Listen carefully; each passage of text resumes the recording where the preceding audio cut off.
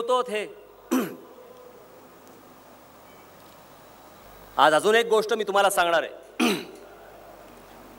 आपण जसे मंदिरामध्ये जातो आणि मंदिरामध्ये जातो आणि आपण तिकडे दानपेटी असते, त्या दानपेटीमध्ये आपण पैसे टाकतो। कशासाठी टाकतो पैसे? ती काय लालच नसते, एवढे टाकलेत बरं का, ऐक माझं। ती जे दानपेटीमध्ये आपण दान टाकतो किंवा ते पैसे टाकतो आपण ज्यावेळेला, ते कशासाठी टाकतो माहितीये? तर धर्म वाढावा याच्यासाठी, म्हणून ती आपली प्रत्येकाची एक जबाबदारी म्हणून प्रत्येक जण आपली त्या दानपेटीमध्ये पैसे टाकत असतो।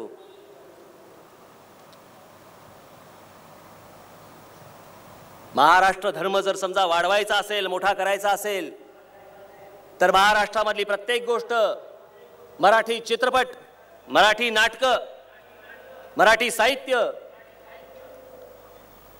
मीही आजपर्यंत जात नव्हतो, मध्ये मध्ये कधी नाटकाला जात असेल, माझे सासरे तर प्रोड्युसरच आहेत, त्यांची नाटकं कधी बघायला जात नव्हतो। पण मी आत्ता सांगतो, आजपासून आपण सगळ्यांनी निश्चय करायचा, जो कोणता मराठी चित्रपट येईल, जो कोणतं मराठी नाटक येईल, एक महाराष्ट्र धर्म वाढावा या गोष्टीसाठी म्हणून स्वतः आपण जाऊन तो चित्रपट पाहिलाच पाहिजे, ते नाटक आपण पाहिलाच पाहिजे, तरच हे सगळं वाढेल, तरच या गोष्टी वाढतील। त्यांचे बघा कशा जातात, भोजपुरी सिनेमा लावतात ते।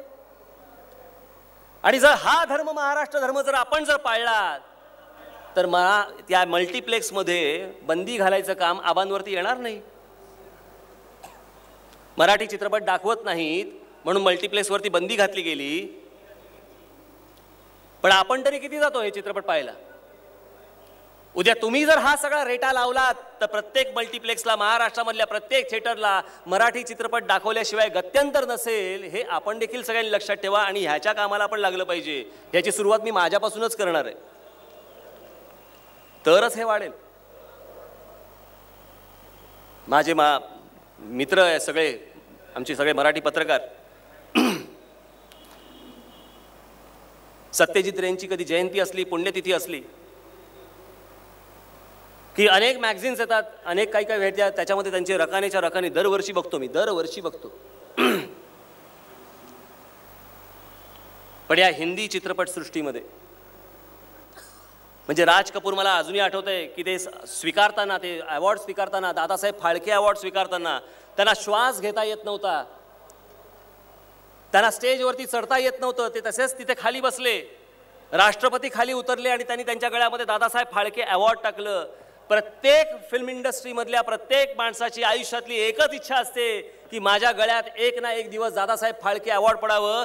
ते आमचे दादासाहेब फाळके मराठी असून देखील आमच्याकडे त्यांच्या जयंत्या आणि पुण्यतिथ्यांना काहीही होत नाही, काहीही लिहून येत नाही। मी मध्ये बाबासाहेब आमचे पुरंदरे, शिवशाहीर बाबासाहेब पुरंदरेंशी बोललो होतो। त्यांचं एक जुनं व्याख्यान आहे, त्याच्यामध्ये ते बोलले होते। त्यांच्या एका व्याख्यानाच्या वेळेला एक व्यक्ती बोलली की म्हणे युरोपमध्ये नेपोलियनवरती असे मोठे 10,000 स्क्वेअर फुटाचे हॉल आहेत आणि तिकडे सगळी नेपोलियनची पुस्तकं आहेत। किती? तर त्यांनी सांगितलं 27,000 पुस्तकं लिहिली आहेत आत्तापर्यंत। जगातल्या वेगवेगळ्या लोकांनी नेपोलियनवरती 27,000 पुस्तकं लिहिली आहेत। आणि अजून काही हॉल रिकामे होते ज्याच्यामध्ये अजून ते काही, त्याच्यावरती त्यांना विचारलं की हे हॉल रिकामे का?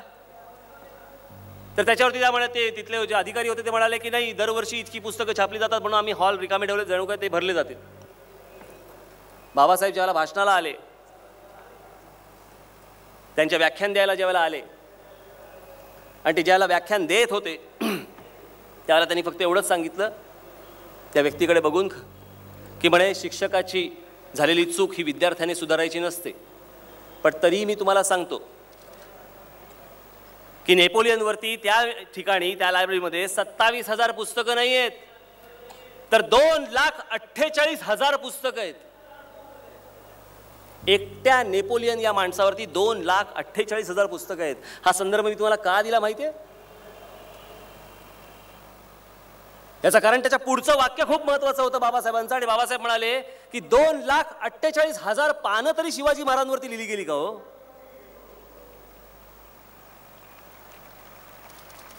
एवढंही आमच्याकडनं होऊ शकत नाही? इतकी प्रचंड माणसं या महाराष्ट्रामध्ये जन्माला येऊन देखील आम्हीच पोचवत नाही आहोत, आम्हीच सांगत नाही आहोत, आम्हीच काही करत नाही आहोत त्यांचं. म्हणून यावर्षी मी शिवजयंती, मी बोललो ना, मला जेव्हा बाबासाहेबांनी सांगितलं की 26 जानेवारी आणि 15 ऑगस्ट सारखी शिवजयंती साजरी झाली पाहिजे, मी त्यांना सांगितलं, म्हटलं तुम्हाला करून दाखवतो आणि दरवर्षी करणार. आपले सण, आपल्या गोष्टी या सगळ्या मोठ्या प्रमाणावरती साजऱ्या झाल्या पाहिजे. जाता जाता फक्त एक गोष्ट सांगतो आपल्याला, छत्रपती शिवरायांचीच गोष्ट सांगतो. बाबासाहेबांनीच सांगितलेली गोष्ट की हे सगळं मध्यंतरी आंदोलन झालं, माझे सर्व सहकारी, माझे सगळे कार्यकर्ते यांनी पोलिसांच्या लाठ्या खाल्ल्या, काट्या खाल्ल्या, जेलमध्ये गेले, अनेकांनी त्रास सहन केला, अनेकांनी त्रास भोगला, पण जे काही त्यांनी केलं या सगळ्या गोष्टींचा मला अभिमान आहे, हेही तितकंच सत्य. पण हे सगळं करतोय, हे कशासाठी करतोय, हे का चाललंय? कुठेही याच्यामध्ये मी माझी कोणाची तुलना बिलना करत नाहीये. एक प्रसंग, संदर्भ आठवला म्हणून तेवढं सांगतो